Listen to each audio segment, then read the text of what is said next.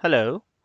What are the issues faced by the energy industry in Pakistan? And I want to also give a proposed solution on how to address these problems. What are the issues we are going to cover today? Who are the players in the solar industry? What can be an inclusive approach to solving the problems? And then we're going to walk about how to create a sustainable policy. And at the last note, it's important to also identify what not to do. So, just an overview about myself. My name is Junaid Ghazi. I've been involved in the solar industry for the US. I've owned a successful business there as well. And, here I am. So, let's look at the transmission problem in Pakistan. We do have generation, but then we don't have a transmission network that can actually sustain the production capacity of the current industry.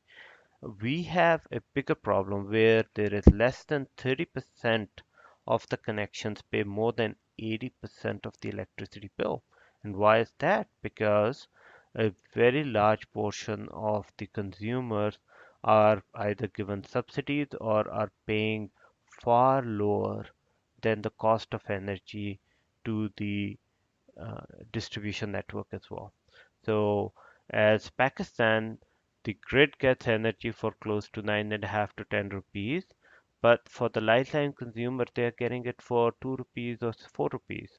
So, every time they consume 1 kilowatt hour, the government has to subsidize a large portion of that uh, energy that's being consumed.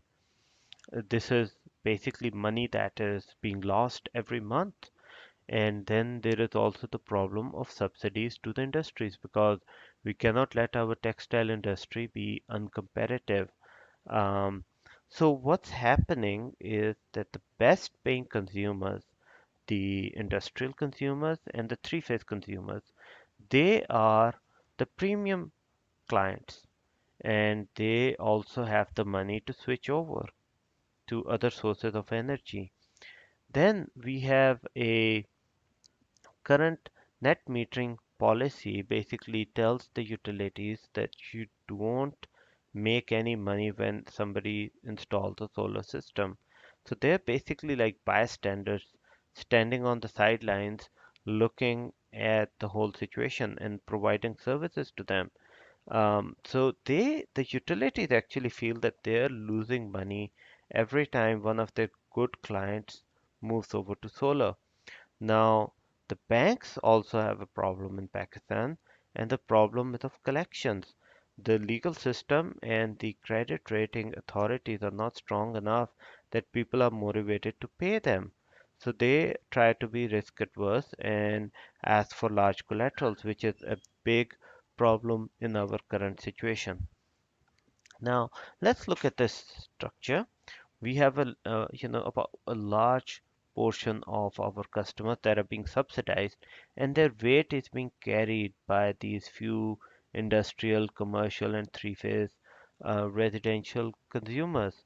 What's happening is because all of the burden is moved over to these individuals, they are the one that also have the tendency and the capacity to purchase solar. So what they're doing is they're moving over to solar at an unprecedented rate because they wouldn't want to share this burden. So what's happening is the remaining few clients that are being left are going to have to suffer the burden of not only the subsidized current existing users, but also this pool is going to get smaller and smaller, and they are going to have to shoulder all of the losses.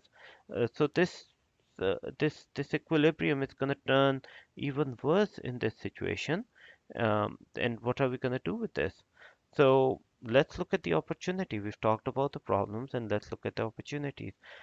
Last year, Pakistan imported total of 1300 megawatts of solar panels in one fiscal year. Now, that is the same size as the whole solar industry of Australia. So you also have to keep in mind that Pakistan was the fastest adopter of CNG when it came to it. So there is a lot of tendency within our country to switch over to more profitable sources of energy when they are presented to them. The State Bank, on the other hand, is trying to promote solar. They have a loan that actually allows a consumer to get a 6% interest rate for up to 12 years.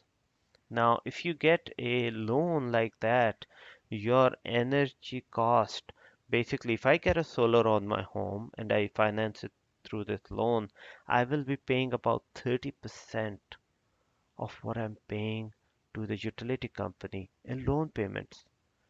And that also means that for the next 12 years or 5 years or 10 years or whatever the terms of my loan is, I'm not going to see any increase in the cost of energy, right?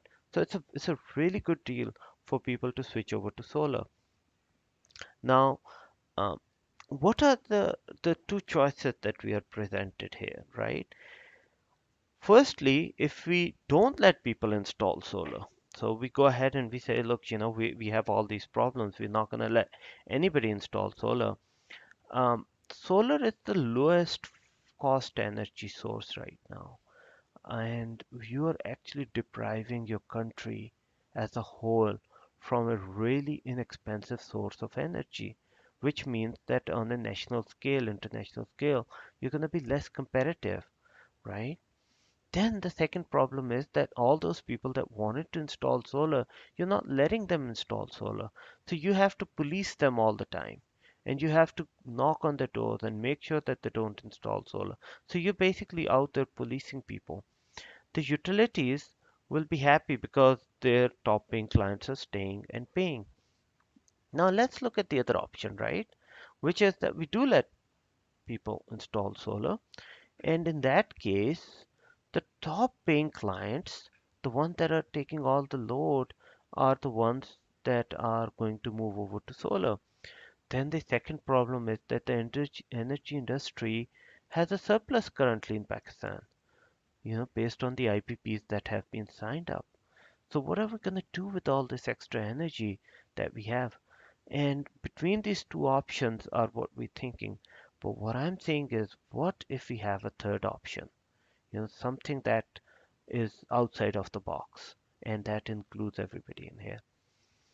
So my suggestion is that we move over all of our lifeline consumers to solar, right? So instead of giving them electricity at 2 rupees per kilowatt hour, right, you're actually giving them two panels. And then, just like we get an Airtel bill or a utility bill, it would have two components. One component is going to be about the rental price of the equipment that they have on the rooftop. Okay, so you can finance it for 5 years, 10 years.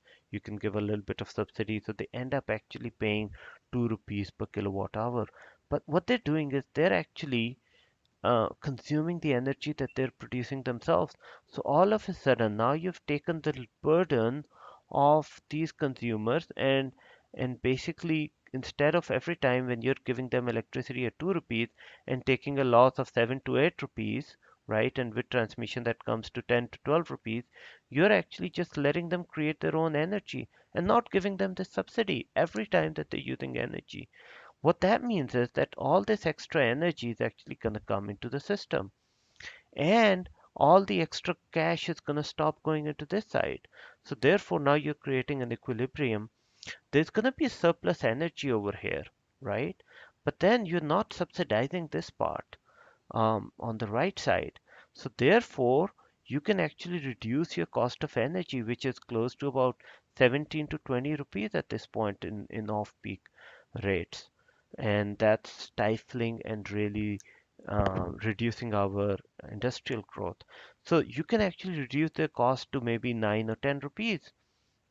Now, when you are giving them energy at 9 to 10 rupees, your industrial growth is going to increase. Your exports are going to be higher. You can actually talk to the industry to ask them to use more energy. And why wouldn't they? I mean, their profits are going higher. It becomes a more lucrative industry. It looks more lucrative for the outside consumers as well. And there's all these other advantages. I can go into how you can save on LNG, how you can push back the LNG back into your transport sector, how you can overall make the whole industry more profitable, right? And then once you've reduced the cost of energy, you are now getting more usage from the premium clients and not having to subsidize. So this is basically one way for you to save the whole industry. But now let's look at the other players that we talked about. The banks, right? The banks want to give loans.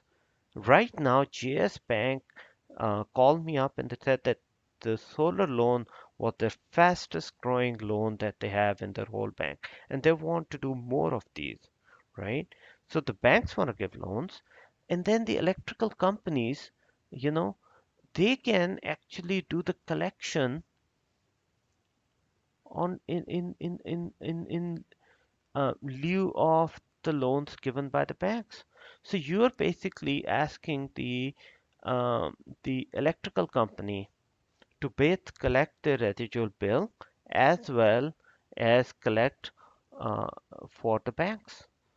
So basically, the utility companies will collect the money and give the banks the monthly payments that they are gonna have to give to the clients. Now, you're not going to have them do it for free because they're there and they're a business and they want to make money as well. So the process that I'm suggesting is that for every kilowatt hour that's produced on the rooftop, the utility gets 1 rupee, right? of of money. So for example, if I have a solar system on my home and I produce 10 kilowatt hours, right? That's 10 kilowatt hours that the utility is not providing me, and they're not making any money off it. And I am using the grid as a battery. I'm putting my energy into it, I'm consuming it at night time, and I'm not giving them any money. So what I'm saying is give them 1 rupee for everything that I produce on the rooftop, right? Whether I do net metering or not net metering, or whether it flows back into the grid or not, you give them 1 rupee, right? This is going to give them profitability so they can actually sustain themselves. They feel part of the system. And on the other hand, you're also having them do collection. So this is not free money. I mean, this is money that's going to multiply because now the banks are going to give more loans and they're going to get the utility to collect on their behalf. And the utility is happy getting that 1 rupee for every kilowatt hour that is being produced. Now, using this scheme, you don't need to upgrade your transmission lines. Why?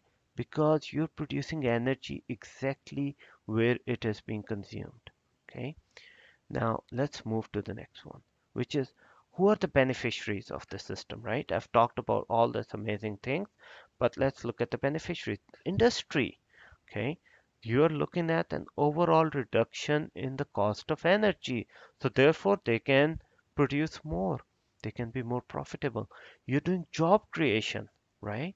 In US, the solar industry has surpassed coal and oil industry as the leading job creator, right? So look at all the people that are getting solar and all the people that are installing solar for them, all the people that are, processing the loans, all the people that are repairing the system, all the people that are going into manufacturing of these panels. Now you are giving a lifeline consumers a really good option because they will end up paying for 5 to 6 years, right? To pay off their loan or subsidized loan or whatever it is that you come up with. And after those 5 to 6 years, they have free electricity. They don't even need to pay. So they're much better off doing this than getting electricity at 2 rupees for life. Now, the utilities will also make money on the loan collection, right? And every time the system produces energy. What about the banks? The banks also want to make money, and they will do so because they can now start giving out loans and holding the connection as a collateral. So, what not to do, right? So we talked about that. Solar IPP, right? I mean, basically, Einstein said insanity is doing the same thing over and over again and expecting different results, right? And that's exactly what we're doing. We're taking a troubled system, a troubled model that has gotten us into this problem of overproduction, of demand uh, creation, and all those other things. And we are now redressing it in the form of solar energy, right? So the problem remains the same. It is really good for the investor. They love it because they have guaranteed returns. And if you don't give them those returns, they're gonna go ahead and, go invoke the sovereign guarantees. It's great business model, but it's not good because firstly, you have to upgrade your transmission lines, and it's not gonna bring any further advantage to the overall system. So with this, I really thank you for your time to listening to this presentation, and let's talk out and make a change here. Thank you very much for your time. Bye.